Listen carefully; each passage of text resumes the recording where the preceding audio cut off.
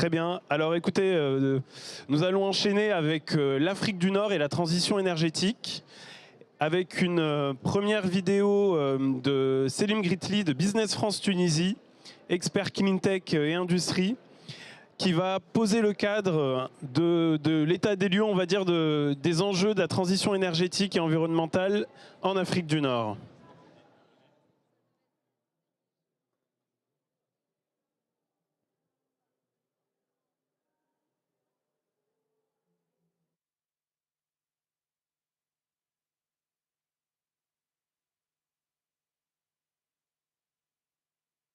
Oui, bonjour à tous. Je tiens tout d'abord à remercier BPI France pour cette opportunité aujourd'hui de vous présenter les défis de la transition énergétique en Afrique du Nord. Donc, un défi, il me semble, universel.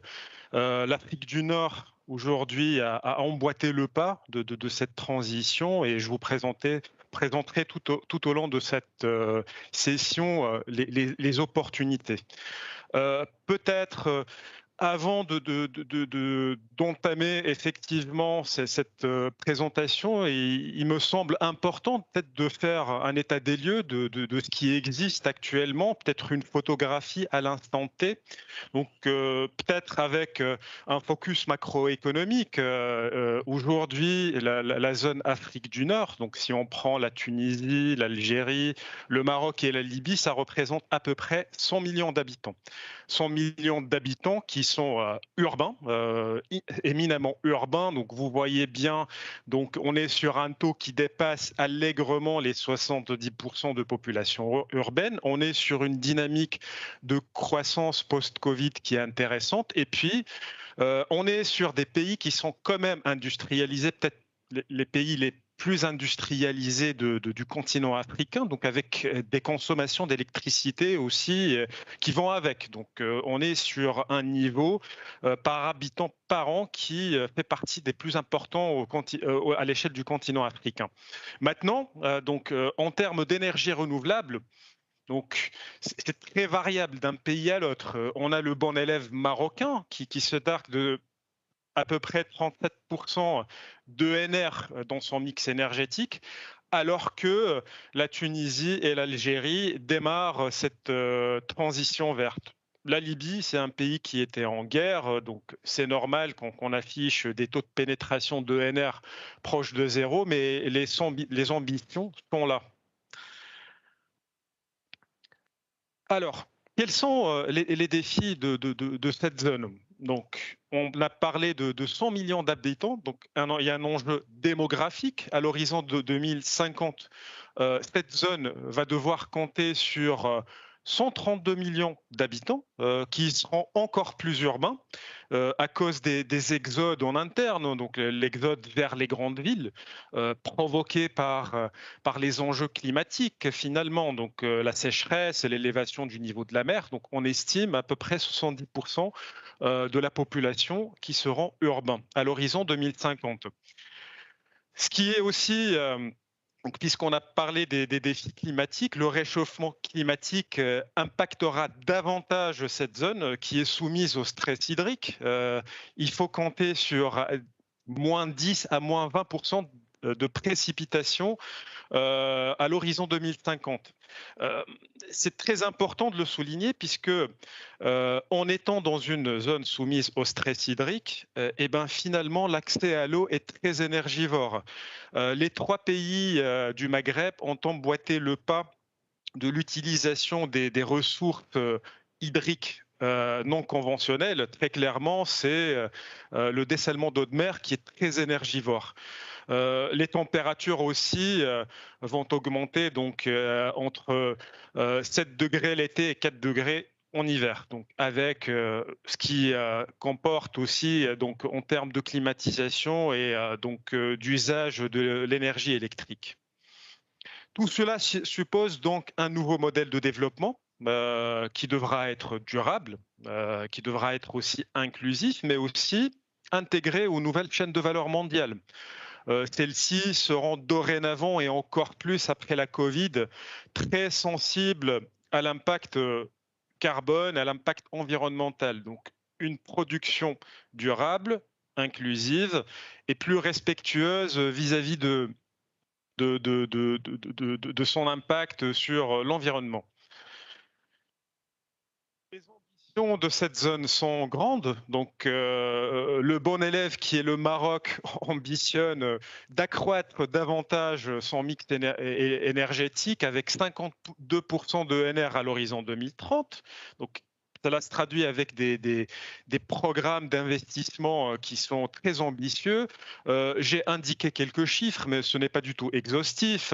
1800 mégawatts de solaire à venir, donc dans le cadre du programme Nour, mais on peut aussi citer le programme de déploiement des énergies hydroélectriques avec 600 mégawatts qui vont s'étaler, 650 mégawatts qui s'étaleront de 2021 à 2025. La Tunisie n'est pas en reste, elle démarre de 4% actuellement, mais d'ici 2030, on atteindra 30% de NR. 1000 mégawatts devront être déployés entre 2022 et 2025. 400 mégawatts, donc une station de stockage d'énergie par pompage et turbinage est aussi en cours d'étude. Et ce qu'il faut noter, c'est qu'actuellement, il y a 1350 mégawatts qui sont en cours d'installation. Donc virtuellement, on va passer peut-être de 4% à peu près à 10-15% d'ici les 6 mois prochains. L'Algérie, pays pétrolier par excellence, a aussi des ambitions d'énergie verte, donc au travers d'une vision à l'horizon 2030 qui inclurait 27% de renouvelables. La Sonatrach, qui est l'institution pétrolière du pays, serait à la manœuvre pour déployer d'ici 2030 1,3 gigawatts, outre les programmes qui seront aussi déployés par les autres institutions gouvernementales. La Libye aussi, donc avec 2000 mégawatts qui ont été actés par le gouvernement en cours et qui seront proposés pour l'offre internationale en mode PPP. Dans tout ça, quelles opportunités pour les entreprises françaises qui nous écoutent? On aura clairement besoin d'une ingénierie, on aura besoin d'équipementiers, on aura aussi besoin d'un certain génie électrique et de génie civil, mais pour les entreprises qui en seraient capables, et là je pense notamment aux développeurs d'énergie renouvelable, vous pouvez aussi participer aux appels d'offres qui sont passés sous forme de PPP, mais aussi vous pouvez aussi répondre aux appels d'offres proposés par les IPP locaux qui proposent généralement des marchés sous forme d'EPC, donc Engineering, Procurement and Constructions. Il faut le noter, des leviers pour la transition énergétique, et là j'indique très clairement la Tunisie et le Maroc au travers des programmes SUNREF, qui est déployé par l'Agence française de développement et puis opéré localement par Expertise France. Donc SUNREF, c'est une ligne de crédit qui permet de financer tout projet en lien avec la transition écologique. Il faut comprendre par cela aussi énergétique. Et puis la ligne de crédit française pour financer les PME et les PMI tunisiennes. Donc là, je m'adresse clairement aux entreprises françaises qui souhaitent se développer en Tunisie. Donc cette ligne peut financer vos clients. Au-delà aussi peut-être de ce que pourrait aussi apporter BPI France en termes d'accompagnement. La Team France Export est aussi mobilisée pour accompagner les stratégies de transition énergétique de la zone Afrique du Nord. Donc, sachez que nous avons déployé une séquence qui s'étale du mois d'octobre prochain jusqu'en mai 2022, donc au travers d'une participation massive d'institutionnels tunisiens sur le salon Polytech qui se déroulera désormais dans les prochains jours à Lyon, donc avec une mobilisation de 60 institutionnels tunisiens qui feront le déplacement à Lyon. Et puis en 2022, on organisera avec l'ADEME le premier forum Afrique-France de la transition écologique et énergétique avec plusieurs pays de la zone Afrique du Nord, mais aussi de l'Afrique de l'Ouest. Donc l'idée, c'est de proposer aux entreprises françaises un moment d'échange unique avec tous les décideurs clés de cette sous-région. Merci beaucoup de votre attention. N'hésitez pas à m'écrire si vous avez des questions. On sera là pour vous accompagner donc, sur cette zone qui promet beaucoup de projets, en tout cas à moyen terme, pour les sujets de transition énergétique. Merci. Très bien, alors merci à Selim qui depuis Tunis nous a partagé son éclairage et son expertise et a notamment mis en avant cette opération qui aura lieu dans le cadre de la Team France Export, comme il le mentionnait. Nous avons la chance aussi d'avoir avec nous aujourd'hui Pierre Béal, CEO de Numtech, ainsi qu'Olivier Chazal qui est responsable du Club ADEME International. Alors peut-être en réaction à ce que Selim vient de présenter en posant le cadre, on va dire, de la thématique. Tout d'abord, Olivier, Selim nous a présenté ces éléments avec également des initiatives et des défis qui sont quand même mis en avant quand on parle de transition énergétique. Comment le Club ADEME International aujourd'hui est amené à approcher également ces défis pour accompagner, dans le cadre de la Team France Export et avec d'autres partenaires, les PME et ETI françaises en Afrique du Nord dans le domaine de la transition énergétique? Merci beaucoup Maël. Eh bien, merci tout d'abord pour me permettre d'intervenir lors de cette table ronde. Le Club ADEME International est actif en Afrique du Nord depuis son origine. Pourquoi? Puisque le Club ADEME International, c'est une activité de l'ADEME, c'est un réseau aujourd'hui de près de 170 PME, start-up, ETI françaises dédiées à l'international dans le domaine des clean tech. Et il s'appuie notamment sur quelque chose qui fait sa valeur ajoutée. Ce sont les coopérations techniques de l'ADEME. On a cette chance, depuis la création de l'agence en 1992, d'avoir noué des partenariats de longue durée avec nos homologues en Afrique du Nord, que ce soit au Maroc, en Algérie, en Tunisie, mais aussi sur d'autres géographies. On n'est pas présent en Libye, mais on regarde plus au sud sur l'Afrique subsaharienne. Mais c'est vrai que pendant de nombreuses années, la coopération institutionnelle de l'ADEME sur des sujets portant dans certains pays sur l'efficacité énergétique, sur d'autres pays sur la gestion des déchets, également la question du climat. La question du climat était un sujet essentiel, faire monter en compétence les collectivités locales afin de prendre la main sur ces sujets. Et puis la question de la ville avec globalement comment monter des opérations permettant de optimiser les réseaux existants dans le domaine de l'eau, dans le domaine des déchets, mais aussi dans le domaine de la qualité de l'air. Et je suis très content d'avoir Pierre Béal à mes côtés, puisqu'on a travaillé ensemble sur des projets au Maroc. Et donc, c'est de cette manière dont le Club ADEME International va accompagner le développement de ses adhérents vers ces destinations, puisque avoir un accès privilégié à des homologues de l'ADEME, à des collectivités publiques qui travaillent déjà avec nous sur ces sujets de transition énergétique et écologique, c'est un facilitateur quand on parle de technique, quand on parle d'ingénierie, quand on parle d'innovation. Et là est la force de notre action. Bien sûr, on le fait aujourd'hui et depuis toujours dans le cadre de la Team France Export, Ubi France qui est devenue Business France, la participation à des événements, et je pense notamment à Polytech Maroc. Tout à l'heure, Selim a parlé de Polytech qui a lieu la semaine prochaine à Lyon, mais voilà, on a fait les 10-15 éditions de Polytech Maroc pour faire connaître les entreprises françaises, leur savoir-faire, monter des opérations innovantes. Et pour nous, c'est un moyen très concret d'accompagner les entreprises. Une question pour toi, Pierre, concernant l'approche marché que vous avez décidé de privilégier par rapport au marché tunisien, mais pas que, puisque lorsqu'on avait eu l'occasion d'échanger, tu m'avais également mentionné l'Algérie et le Maroc. Quelle a été au final la stratégie en termes de prospection que vous avez mis en place et quelle est la stratégie aussi en termes d'approche marché par la suite que vous avez essayé de déployer?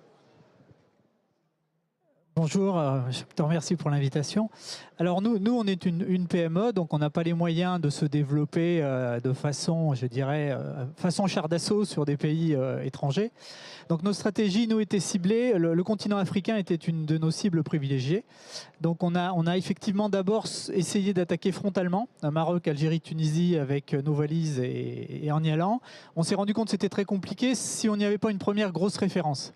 Du coup, on a monté ce qu'on appelle un FASEP Innovation Verte sur Casablanca, où l'ADEME nous a aidés, ce qui nous a permis de déployer nos systèmes sur la ville de Casablanca, ce qui nous a donné une lisibilité au Maroc, ce qui nous a permis ensuite de retourner en Tunisie, en Algérie, mais cette fois avec une grosse référence marocaine. Et surtout, ce qui nous a permis de développer un gros business au Maroc avec le CP, qui est un des plus gros industriels, enfin le plus gros industriel, je pense, marocain, qui aujourd'hui est notre plus gros client, sur des thématiques effectivement originelles de qualité de l'air, puis de qualité des eaux, puis d'efficacité énergétique. Donc ils ont une certaine fidélité dans leurs fournisseurs quand le boulot est bien fait. Et aujourd'hui, nous partons maintenant de ces pays-là pour aller plus vers l'Afrique noire. Et nous essayons de redéployer la même stratégie en partant cette fois de Dakar, où nous avons monté un FASEP Innovation Verte sur la ville de Dakar pour déployer nos systèmes sur la ville de Dakar afin d'avoir une grosse référence dans les pays d'Afrique de l'Ouest. Et donc au regard de ce que Selim nous a présenté et également de ce que vous venez de nous dire, quel est d'après vous également l'état, on va dire, de la compétition sur ces marchés? La transition énergétique et le secteur de l'énergie sont des secteurs, à mon avis, qui intéressent de nombreux acteurs dans la région. Donc quel est votre constat d'après vous et donc de fait, comment réussir à intégrer les circuits locaux? C'est une question pour vous deux. Alors, comment intégrer les circuits locaux? J'ai la réponse pour mes produits, je n'ai pas forcément la réponse pour les énergies renouvelables. Par contre, effectivement, nous, comme nous développons des systèmes de surveillance, effectivement, on voit le combat en dessous, je dirais, puisque nous, on va récupérer de la data. Hein, et la bataille fait rage. Ouais, ça, c'est clair, c'est féroce.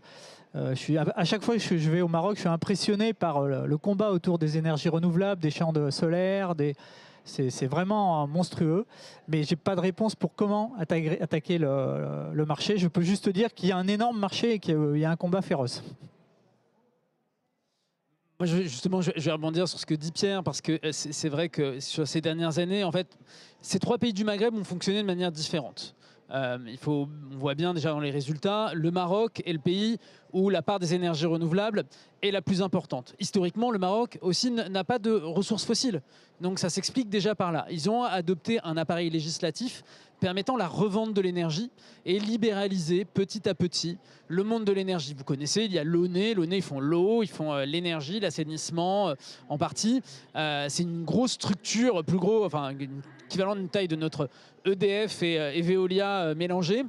Mais derrière ça, en fait, ils ont aussi libéralisé de notre main le marché de l'énergie sur des puissances plus petites, qui a créé en fait un marché enthousiasmant pour des investisseurs, parce qu'il y avait de la sécurité, il y avait des investisseurs qui étaient présents.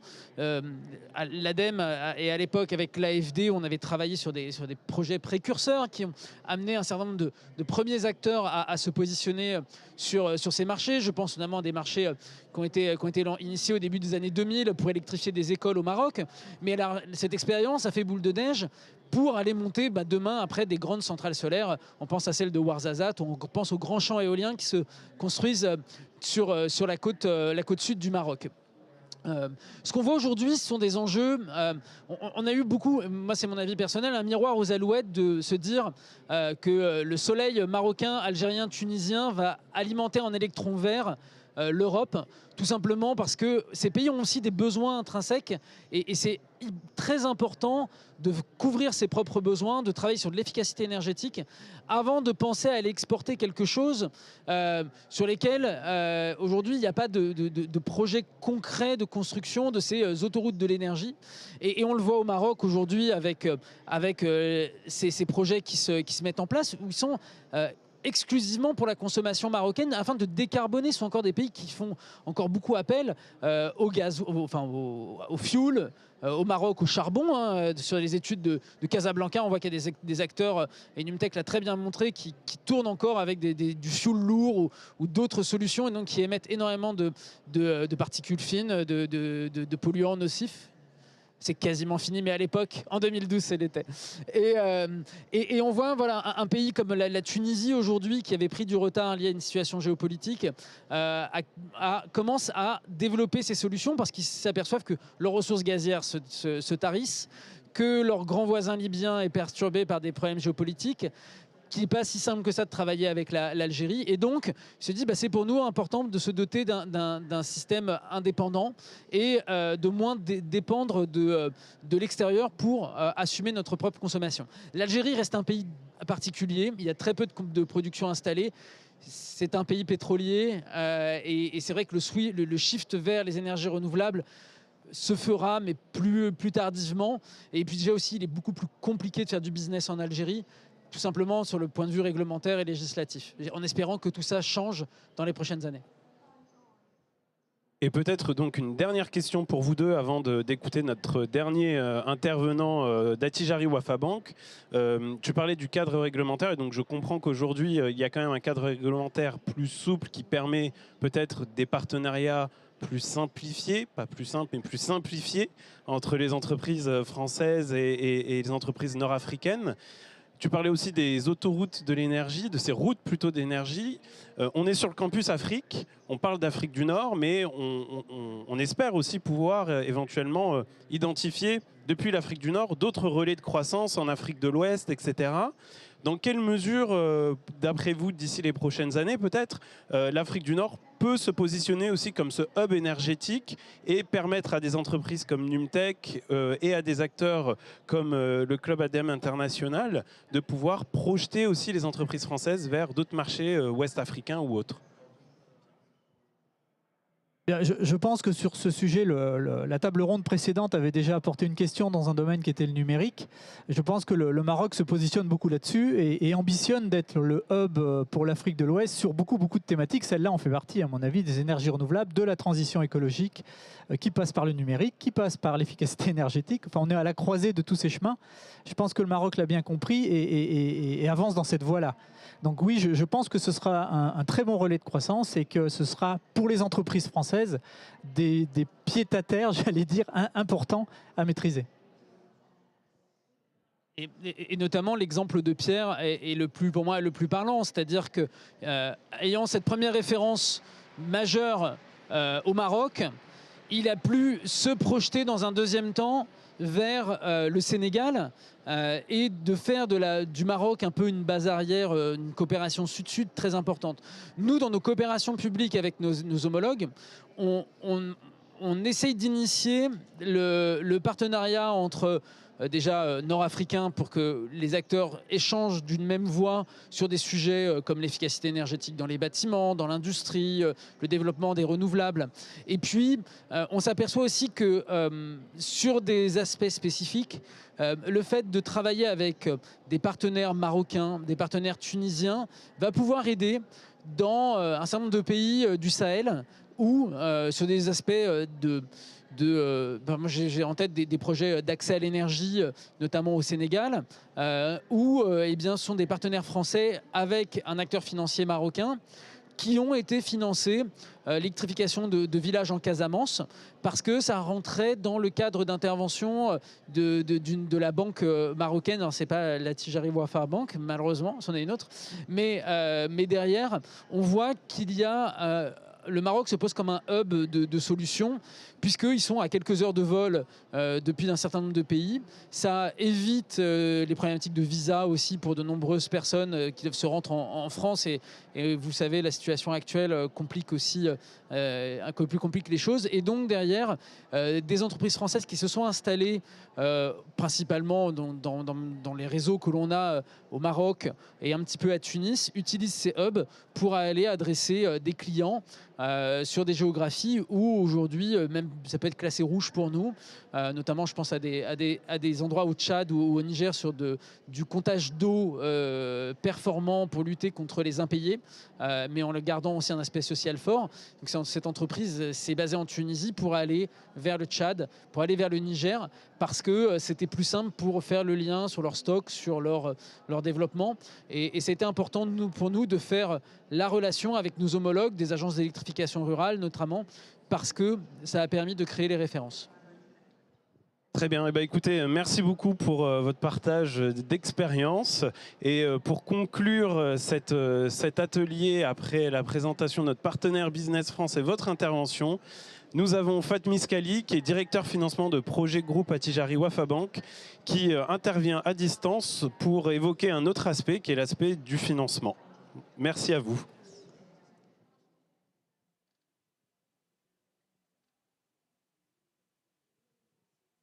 Ravi de participer avec vous, même virtuellement, à cet événement, et je remercie BPI France pour son invitation à cet atelier. Alors, le groupe Attijari Wafa Bank, pour répondre à votre question, est né de la fusion de deux grandes banques marocaines en 2003. Nous sommes un groupe panafricain de tout premier plan qui développe un modèle de banque universelle dans l'ensemble de nos pays de présence. Nous avons entamé notre processus d'internationalisation à partir de 2005 avec l'acquisition de plusieurs filiales en Afrique. Aujourd'hui, nous avons une présence globale au niveau de 25 pays. En Afrique, à travers des banques leaders dans leur marché, 14 plus spécifiquement, en Afrique du Nord, en Afrique de l'Ouest et en Afrique centrale. En Europe également, nous sommes présents à travers Attijari Wafa Bank Europe qui dispose d'un agrément européen, et au Moyen-Orient à travers les bureaux de représentation.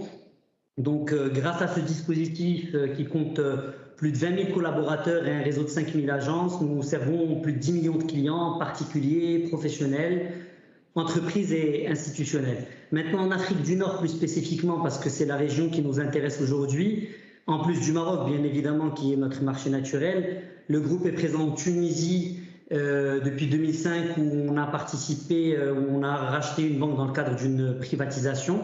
En Égypte, plus récemment, en 2017, où nous avons acquis l'ensemble de la participation de Barclays Bank en Égypte. Et nous sommes présents également en Mauritanie. Donc tout ce dispositif en Afrique du Nord fait qu'on a à peu près 290 agences au service, plus d'1 million de clients. Au Maroc, on est aujourd'hui le premier financeur de l'économie et le premier collecteur d'épargne. Donc quelque part, grâce à ce dispositif et à cette solidité financière, nous avons accompagné les chantiers stratégiques de développement de nos pays de présence et notamment, bien évidemment, les projets de transition énergétique. Merci beaucoup Fatmi pour cette présentation. Désormais, pourriez-vous nous parler un petit peu plus de la vision et du cadre institutionnel et réglementaire propre au marché marocain quant à ces thématiques de transition énergétique? Bien sûr, ce qu'il faut noter, c'est que le Maroc a adopté à la fin des années 2000 une vision stratégique pour la transition énergétique du pays qui a été l'une des plus ambitieuses d'Afrique, avec un objectif de porter la part des énergies renouvelables dans le mix électrique à 52% à l'horizon 2030. Ce qu'il faut noter, c'est qu'aujourd'hui, nous sommes à un niveau de plus de 35% à peu près.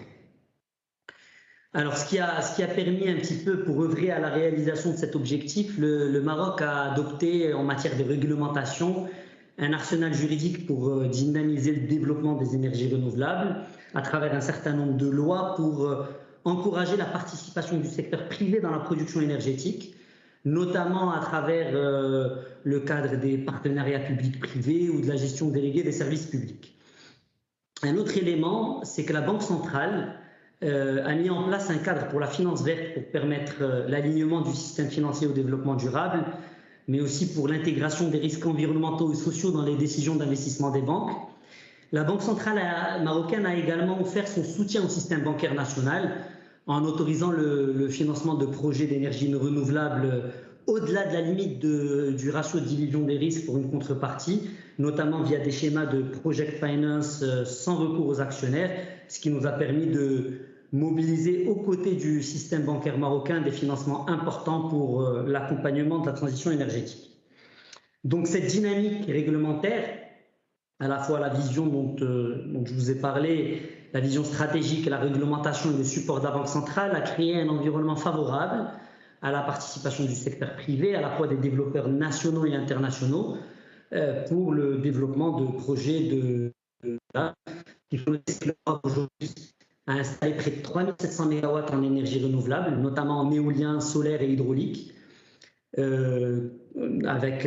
grâce à l'implication des développeurs nationaux et internationaux par exemple Engie, Enel, EDF.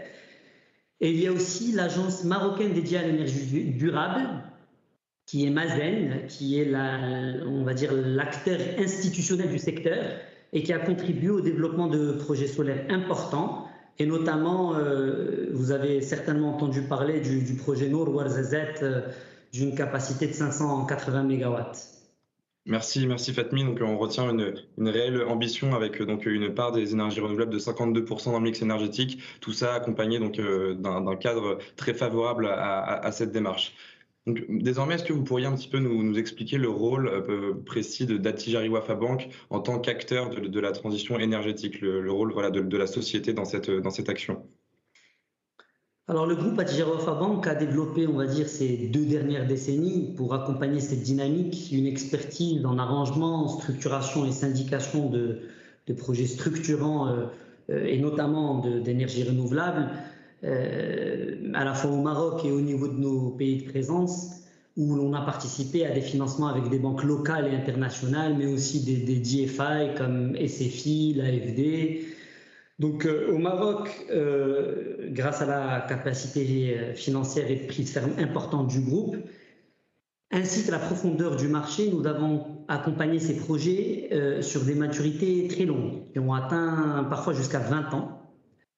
Ces maturités ont atteint jusqu'à 20 ans et on a financé près de 1300 MW de projets éoliens au Maroc pour un montant de 1,7 milliard d'euros en syndication, comme je l'ai dit, avec des banques locales, pour le compte de développeurs nationaux comme Nareva, qui est un acteur de renom au Maroc qui s'est structuré ces dernières années, ou encore Engie, Enel.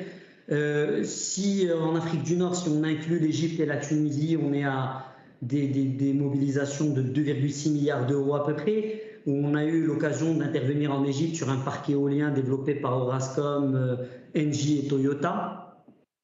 Donc quelque part, il y a un investissement, une mobilisation importante du groupe Attijari Wafa Bank, à la fois sur le financement, mais également sur les autres outils de financement, puisque le groupe Attijari Wafa Bank a contribué à l'émission de la premier Green Bond au Maroc pour le compte de Mazen,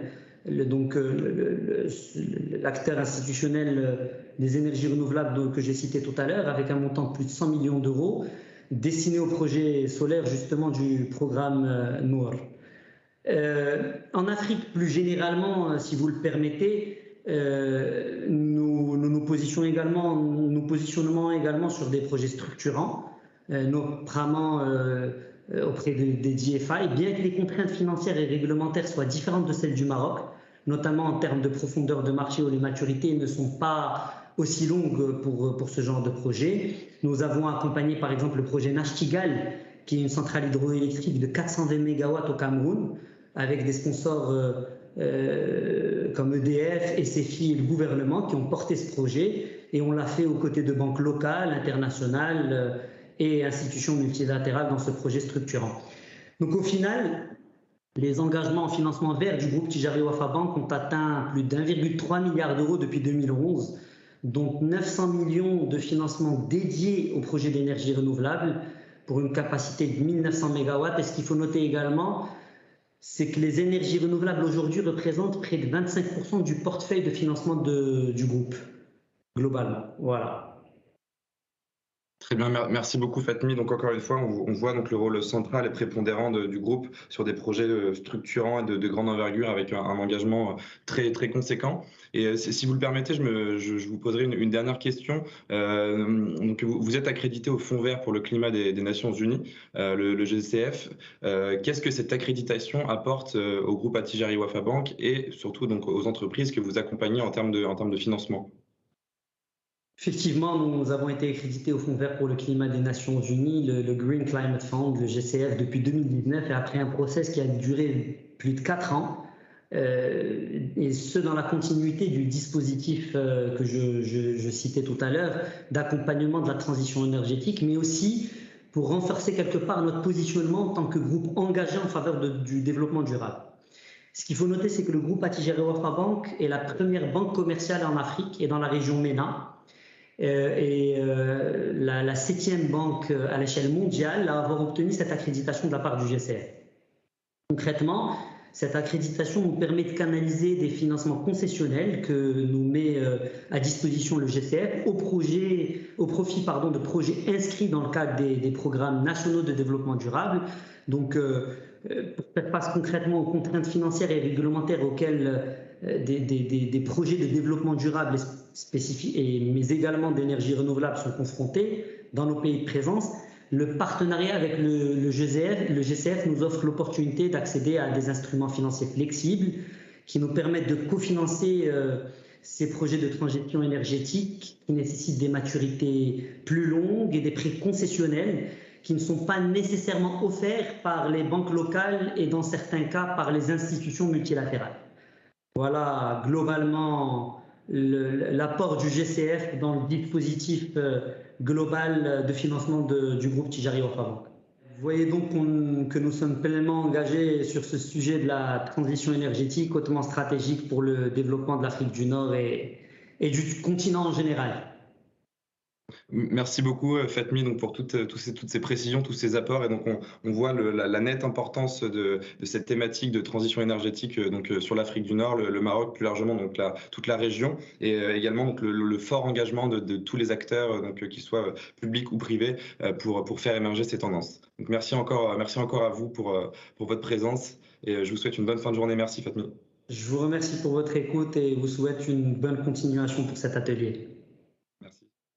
Très bien. Eh bien, écoutez, merci encore à toutes et tous, et à ceux également qui nous suivent en ligne. Merci à nos partenaires Attijari Wafa Bank, Business France, l'ADEME et Numtech. Et nous enchaînons de ce pas avec notre dernier atelier sur le potentiel de l'économie bleue en Afrique de l'Est pour favoriser une croissance durable, avec le directeur Afrique de l'Est Business France, Ludovic Prévost, Bruno Valeret, président d'Hydroconseil, et Jérôme Baconin, chef du service économique régional, ambassade de France au Kenya. Merci à vous.